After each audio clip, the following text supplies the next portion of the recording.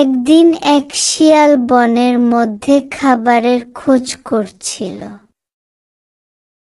হঠাৎ সে এক ছোট্ট খরগোশকে দেখতে পেল।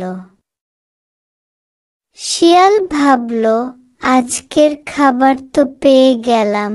খরগোশ বুঝতে পারল যে বিপদ আসন্ন। সে চটপট একটি বুদ্ধি খাটালো। সে শিয়ালকে বলল, শিয়াল মামা, তুমি জানো কি, আমাদের রাজা বনের সব প্রাণীদের জন্য খাবার রেখেছেন। শিয়াল অবাক হয়ে বলল, সত্যি? কোথায়? খরগোশ বলল, এদিকে এসো, তোমাকে দেখিয়ে দিচ্ছি।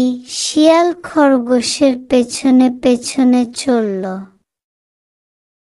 হঠাৎ খরগোশ এক গভীর গর্তের কাছে এসে বলল, ভেতরে দেখো, খাবার ভর।